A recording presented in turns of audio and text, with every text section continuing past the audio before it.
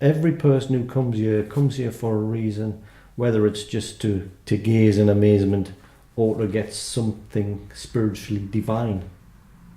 It's up to the individual. I can sit and look at the stones and try to imagine the scene thousands of years ago and wondering why they actually picked this particular place. Some people talk about it, they get really into it. You know, they argue about what it's all for, what it means, how they built the place, which is always a big question. I suppose in the end, it's what they think it means rather than what it actually means.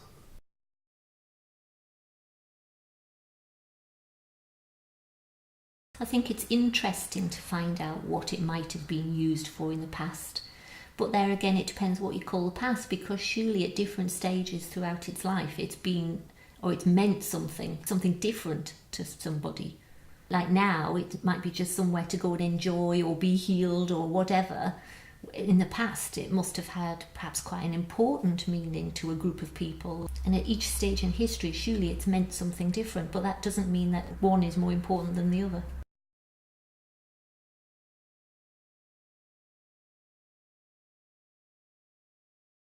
The Christian God, we're always talking about steadfast love and steadfast righteousness. That's very biblical. Perhaps it was their enduring nature which made them more godlike. There's nothing precious about it now. Just because we've put them back up and it's a historic monument, there's nothing precious about it. They're just lumps of rock. Obviously these stones were put here for a reason.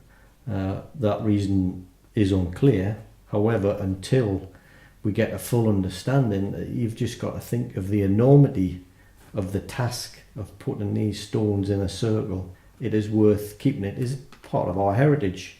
You know, these have been here thousands of years. Generating discussion is a good thing, because then you go out and find the answer. We live in a modern world where it's very easy to get your fingers on information. So, and yeah, I think it's good. I think it's a beautiful place. You know, living there, it's a big part of your life. I don't know whether I would want just one stone in my garden, but there again, perhaps I would get more used to it and become very attached to it. Want to own it as mine.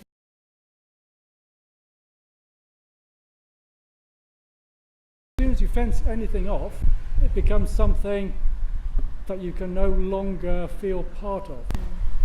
Whereas here, look at the children playing on these stones. Isn't that just fantastic? That symbol of that freedom, that they can do that. There isn't some official here saying, "Oh, excuse me, but you're not allowed to touch it."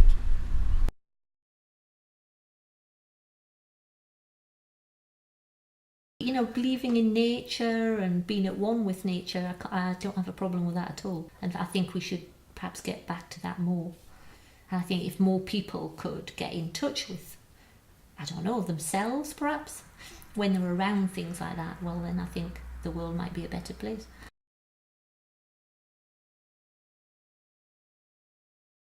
I think it helps you connect with other people. You see how perhaps things have changed over time. I just like being able to go somewhere and you walk around and, like at Avebury, you touch the stones, or you sit with your back to them and you think of all the other people who've been there before you, and you think of all the characters and what might have gone on there, and actually you feel life in the stones somehow. It's like they've got stories to tell, and you just have to listen, and you can hear them.